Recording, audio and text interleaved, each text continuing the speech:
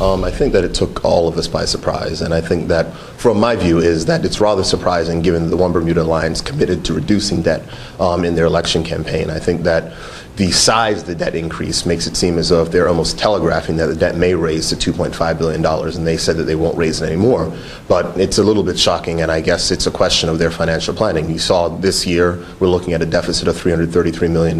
We've seen, as some people have indicated, increase in personnel costs. We've seen no real reduction, as they said before the election, in consultant salaries. We've seen a lot of different things that have basically, for the most part, stayed the same. So I guess the question is their commitment to their election promises, and we'll just have to remain to be seen what goes over the next 2 or 3 weeks as we debate the budget.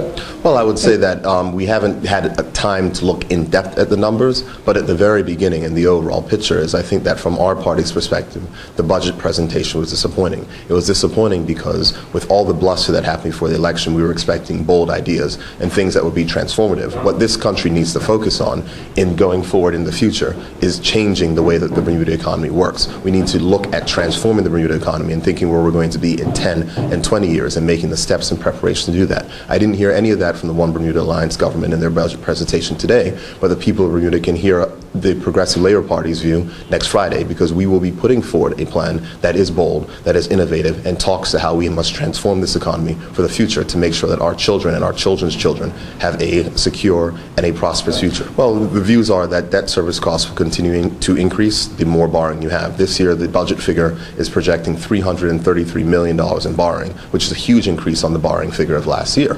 So, as I said, we have to look in the numbers, but at an overall glance, I guess we will be disappointed, and I think the Bermudan people are disappointed for a government that promised fiscal restraint. The only thing of which they've been able to give us is an increase in bus fares and an increase in cigarette and alcohol taxes, an increase in taxes on granny, but tax cuts for wealthy foreigners who want to come and invest and buy property in Bermuda, PRC holders in Bermuda, etc., and for employers who are hiring new people. There's lots of employers right now who are struggling. I'm happy that they kept the tax breaks in place. They didn't say anything about them, but those tax breaks are scheduled to expire. So we hope that they're going to extend them. They were completely silent on that. So as I said, it remains to be seen exactly what they're going to do. Well, I think if you look at the figures, I think what's surprising is that the payroll tax revenue expectations were actually revised up from the original figures last year. So I think that the talk about the employment situation for Bermuda and payroll taxes, it's very difficult to estimate and to calculate that.